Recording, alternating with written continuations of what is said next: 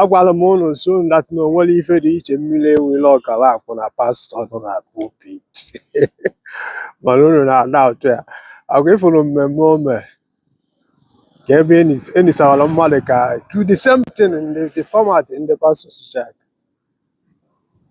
agbakọ na-enye ndị mmadụ hope promise the same as pastor ikweta na ọ ga-emere gị ya mana ọ ya nwụkwere some of unu agha understand ya onye ị ga-emecha ghọta ife ha kwuru o nwere ife dị iche mmiri enwe ilo ọkara akwụ witinye na eze nwaanyị sọbalị ọ na-agwa gị n'eji obodo oyibo ebute ego alọta many na the same superstition fallacy and illusion ọ ya nwụkwere na isu na-eche na zamala kilo mmiri enwe ilo agwa m usu that na the only difference between mmiri enwe ilo ọkara akwụ na ndị pastọ bụ na mmiri enwe ilo nọ n'okpuru ogene ordinary na tradition and the culture Igbo people. Then the pastors nọkwazie na tradition and the culture ndị Rome. Do you understand? Ịghọtara ya nna gwa gị ihe niile a wonder belief system. Ịghọtago ife niile ha bụ gịnị under gịnị belief system. Mana mma pụta ebe a na-agwụ n'eziokwu ịla ihe ịghọtara ya taa ị gaghị emecha ịghọta ya. Ịghọtago na ihe ime ịghọtara ya taa ị gaghị emecha understand ya ife nna agwa gị.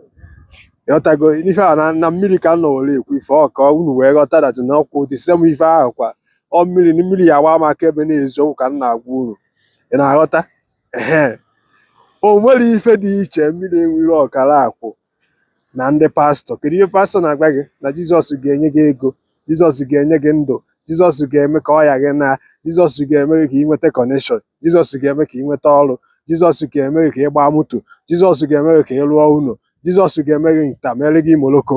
Abịa na ihe mmiri enwere na-agwa gị eze nwaanyị ga-ebi obodo ebubutere gị ego, eze nwaanyị ga-achụrụ gị ndị amụsụ ntụọrọ gị ndị aka n'obodo, eze nwaanyị ga-emere gị nta mere gị moloko. O nwere ife dị iche?